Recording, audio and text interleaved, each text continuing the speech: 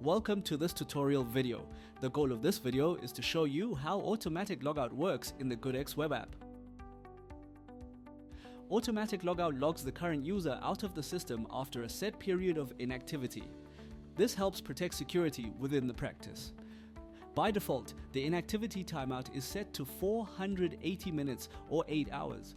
Before Automatic Logout can work, each user needs to set up their own inactivity timeout in User Settings under General Settings.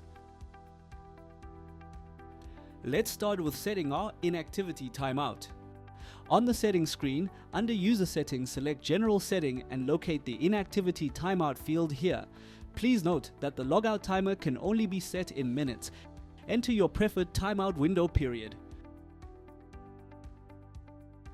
On any screen on the system, once the set time has passed without any activity, the system will show an attention pop-up. This warning message informs you that you will be logged out due to inactivity.